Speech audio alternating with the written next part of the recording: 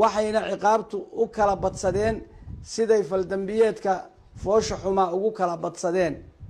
nin walba xukunka ku dhacay waa sidan: shirwac jaamac shiro geesood 200 oo jeedal, 10 sano xarig ah iyo 4620 oo xuquuqda gabdhaha ah, 3520 xamdi baale, 1760 ridwaan.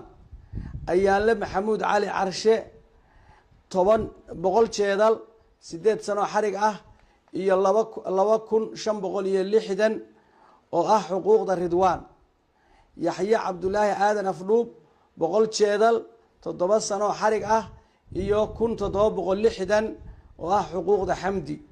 yaasir maahir xaashi 200 jeedal, 6 sano xarig ah iyo 3520 oo ah xuquuqda gabdhaha, 1760 ridwaan, 1760 xamdi.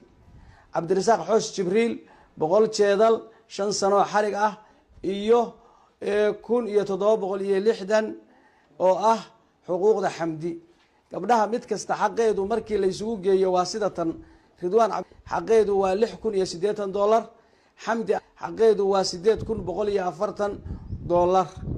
fiiro gaara: wiilasha xabsiga hadday dhammaystaan lama sii dayn karo iyadoon la bixin xaqa gabdhaha. culummada xukunka gaadhay: sheekh cabdul yaasiin isxaaq, sheekh cabdulaahi maxamed cali, sheekh xasan daahir cali cabdi, sheekh yuusuf xasan xuseen iyo aniga oo mahad cabdulaahi maxamed ah.